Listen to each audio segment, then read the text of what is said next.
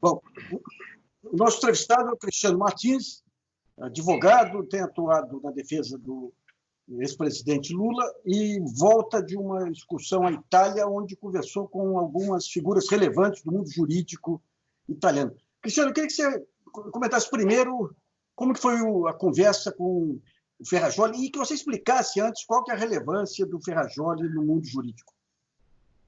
Bom, o professor Luigi Ferrajoli é uma das pessoas mais importantes do mundo jurídico.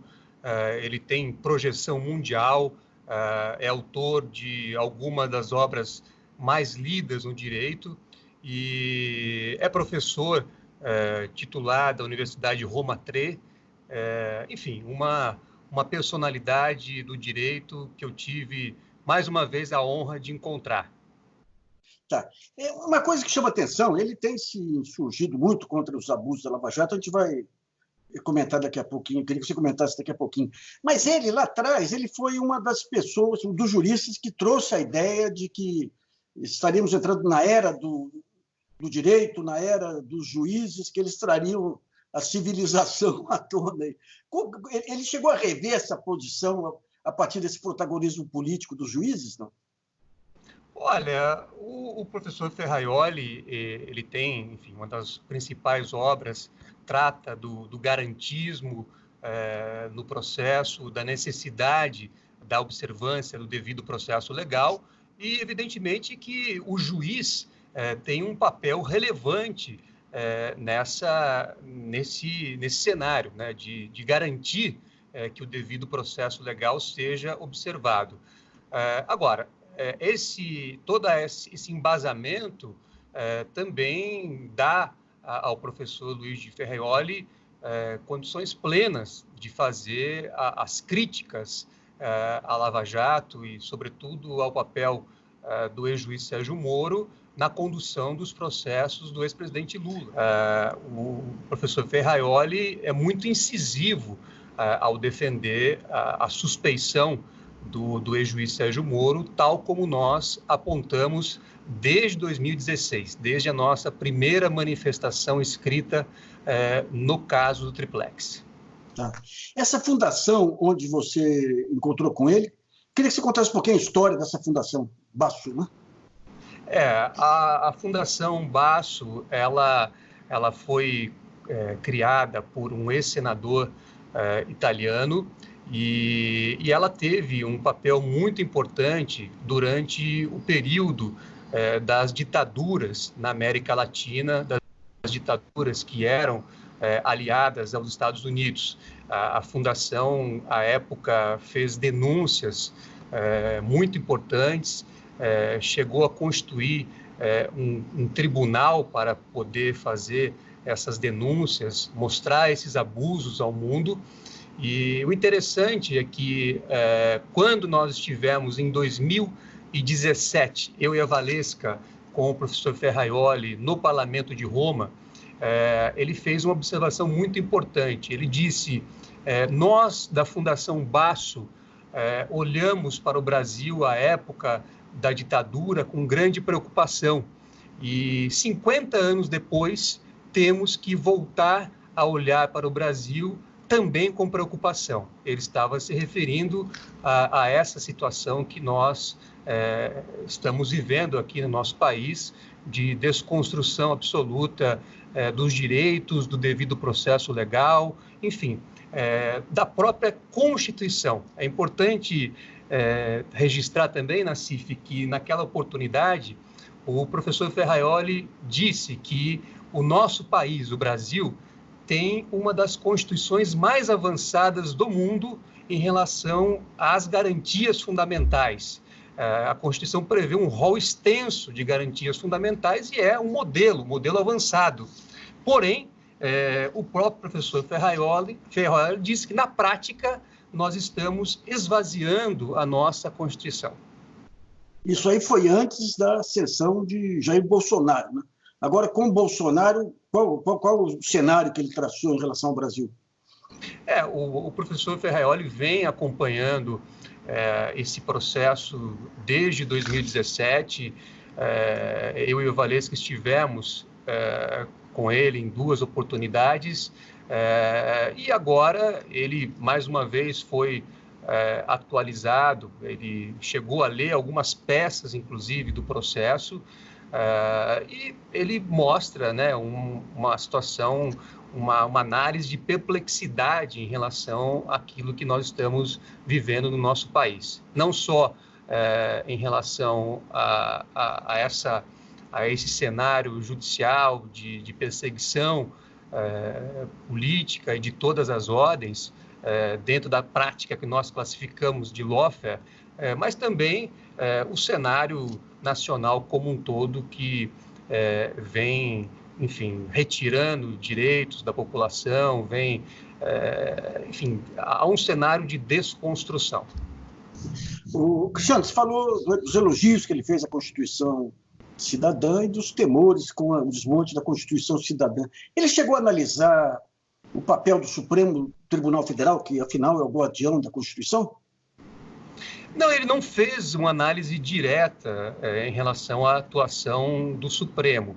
A análise dele, no momento, Nassif, eu acho que está muito mais voltada à base do processo, à condução do processo realizada, sobretudo, pelo juiz de primeira instância à época, que é o atual ministro Sérgio Moro. Então, na visão dele, assim, na linha do que nós apresentamos, o fato do ex-juiz Sérgio Moro ter conduzido toda a fase pré-processual, a instrução do processo e proferido sentença, no caso Triplex, isso deve levar à nulidade do processo, porque claramente é um juiz que não tinha a necessária imparcialidade e não deu ao ex-presidente Lula o direito a um julgamento justo, imparcial e independente, como todo cidadão tem direito. Você conversou também com o Geraldo Colombo, que foi uma figura importante na Mãos Limpas. Eu queria primeiro que você contasse um pouquinho sobre ele e depois como foi a conversa.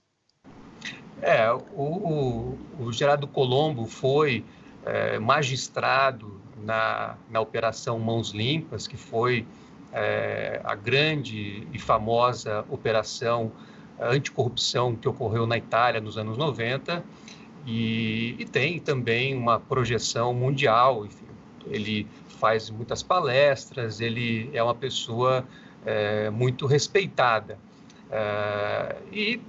Eu tive a honra de poder encontrá-lo também nessa viagem em Milão. Conversei com ele sobre aspectos da Manipulite, da Lava Jato, e também tive a oportunidade de expor a ele o conceito de lawfare que nós apresentamos com esse livro que foi recentemente lançado. E ele chegou a exprimir alguma opinião sobre a condução da Lava Jato? Olha, o doutor Colombo, ele fez algumas observações que eu considero muito relevantes.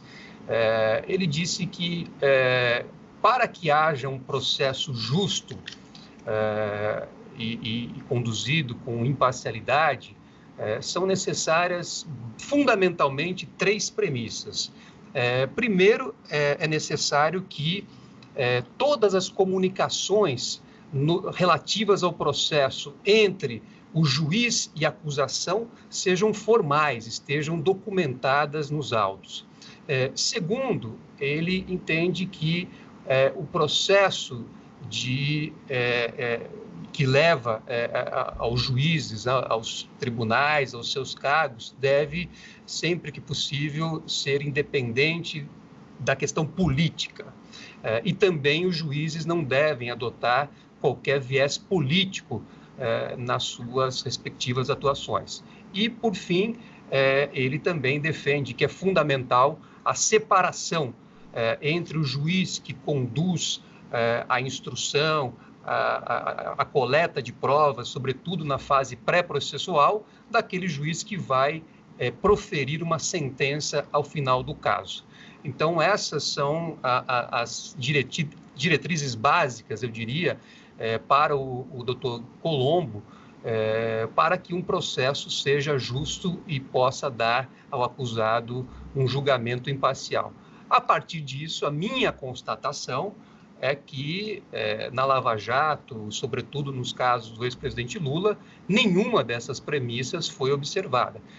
Nós temos aí comunicações entre juiz e acusação fora dos autos, revelando uma coordenação que o juiz realizava da acusação e também um ânimo absolutamente adverso em relação à defesa e ao acusado, como foi revelado pela Vaza Jato, pelo Intercept e outros veículos de imprensa.